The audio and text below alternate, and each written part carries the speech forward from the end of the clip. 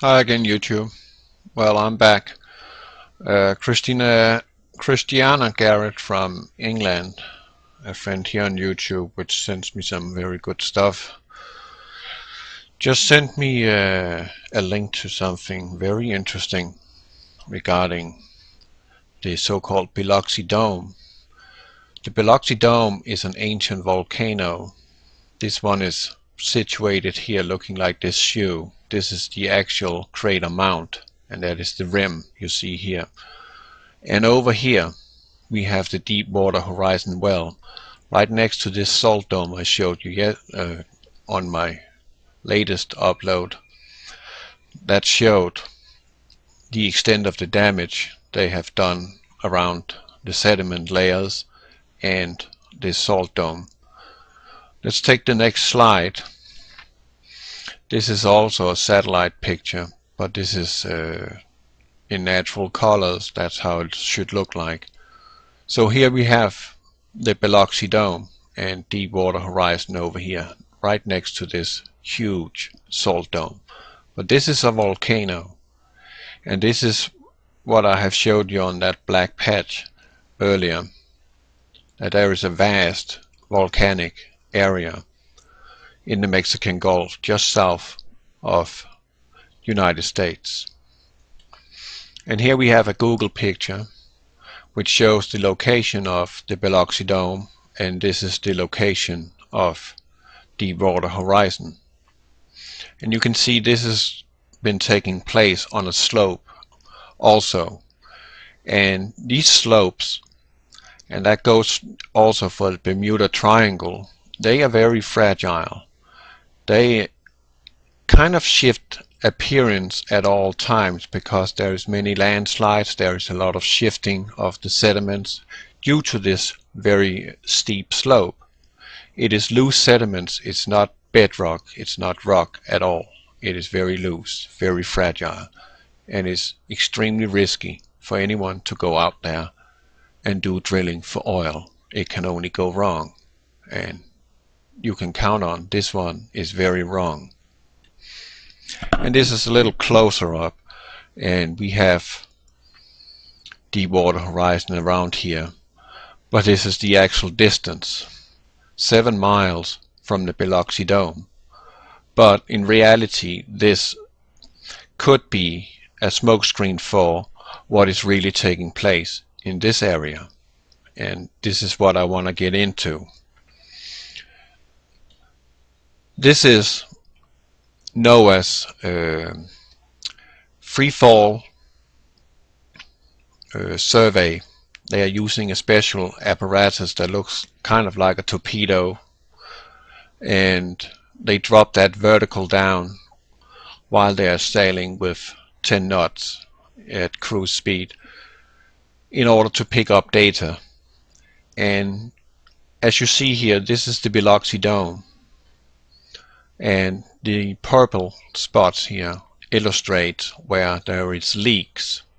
There was a oil exploration in the Macondo area, which is owned by BP, taking place on an ancient volcano, an ancient asphalt volcano.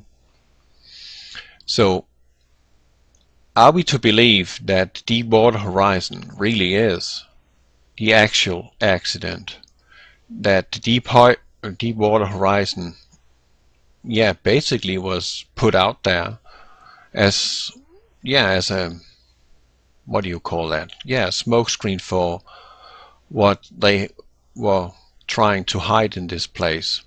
Because the distance between the Deepwater Horizon, which is this red dot, and to the actual leaks in the seafloor is very little.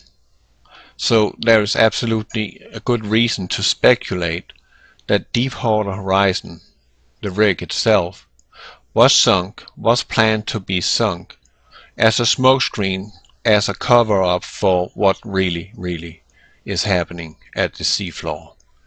And what's happening down there is devastating.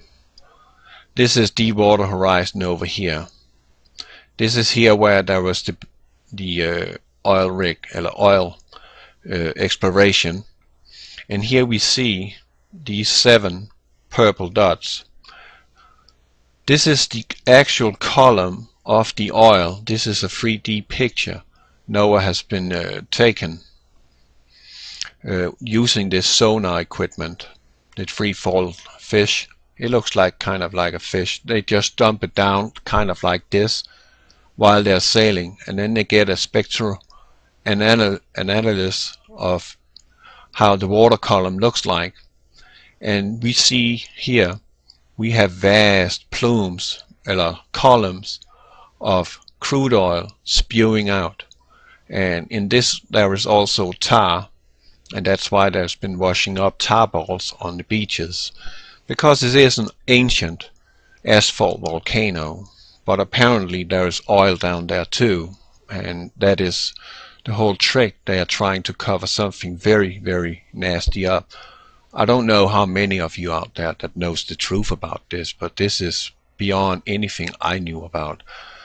This is news to me, and it's news to many people too. Maybe some of you know it, but over here we have the Deepwater Horizon. We have leaks over here, way ahead, and I don't know how much that is in miles. Maybe that is 12 miles instead of 7, but here we have leaks, but they are not that big, and these two here are not that big. But look at these huge columns rising up, and this is where there is crude oil, and I'll come back to that. And this is from another angle that is directly vertical, and you clearly see here that over here, that is the picture I showed you last time, the dome. But here we actually have the leaks, and a little zoomed out we also see how big an area we are talking about. But that is not the biggest problem. This is the instrument they are using for free fall, and that one is measuring the amount of oil and in what depth the oil is monitored. And that was the 3D pictures I just showed you. This is what this apparatus is showing you. And this is a graph also. And this is the surface of the water up here. And this is the free fall line from the fish. And here you see a column of oil. This is down to seafloor. This one is measured from surface to 1,300 meters down. So we have at approximately 3,600 feet, we have a plume of oil floating here, which is approximately 50 feet thick, and according to NOAA's satellite pictures, this plume has been measured to be 22 miles long. And I did a little calculation, not for the fun of it, but just to give myself a picture of how big this could be. I have measured that out, or calculated that out in cubic feet. Well, let's say these 22 miles, that is 105,600 feet.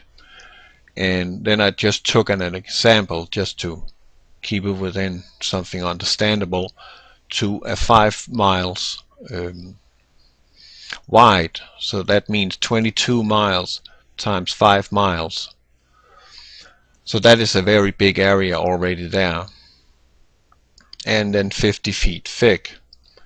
And the result of cubic feet plume, oil plume, is 12,672,000,000 cubic feet of oil. I don't know how much that is in gallons. I did not calculate that, but that's not even necessary in this case. The numbers already should shock you. That should really make you swallow a big lump in your throat, because this is disastrous. And these columns, there are 7 of them leaking out from the Biloxi Dome, which is a mixture of oil and volcanic material.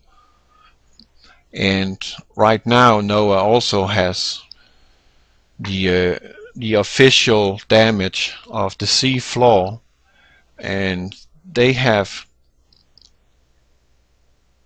yeah, the dead zone in the Mexican Gulf right now is Connecticut and Rhode Island combined. That means that big area, there is absolutely no life. It's all dead. That is at seafloor. So this is a definitive game over for the fishing industry in the Mexican Gulf. This is going to spread much further. And the worst part of these 7 leagues and this plume down here at 1,000 meters, that is a little less than 2/3 of a mile down. This one is drifting towards the southwest. It is not going towards Florida. So that actually means that the use of Corexit will have to be intensified in order to keep this plume from not surfacing further southwest, and that meaning going towards Mexico, going towards Venezuela and the whole Yucatan Peninsula area. So I don't really know how to grasp this, but look at these lines. This is the plumes, and they are also down to at 1,200 meters. That's almost a mile down. A huge lake of concentrated crude oil, which is not surfacing. And so question is this we are looking at here. Is this really well A and well B? Is it really where they say it is? Are these just false coordinates showing something which is not real? So this is actually at the Biloxi Dome, and where they're filming, that is over where the Deepwater Horizon actually crashed.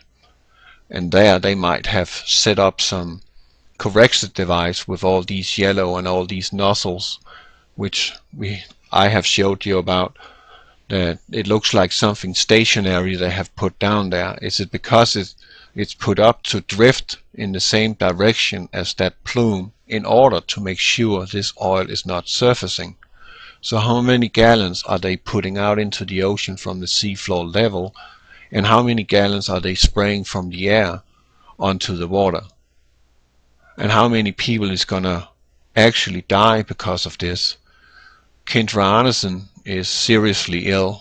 The whole film crew from her reporting, they have all been hospitalized in critical conditions, and several others, and it's gonna be much more which is gonna be sick of this. And it's also by marine biologists been shown now and proven that marine life has mutated DNA due to this vast pollution, and this is real bad. And something else is coming to my mind, that is that the 26th of August there was a 13-hour long rumble, a very serious rumble from the Yellowstone Park volcano.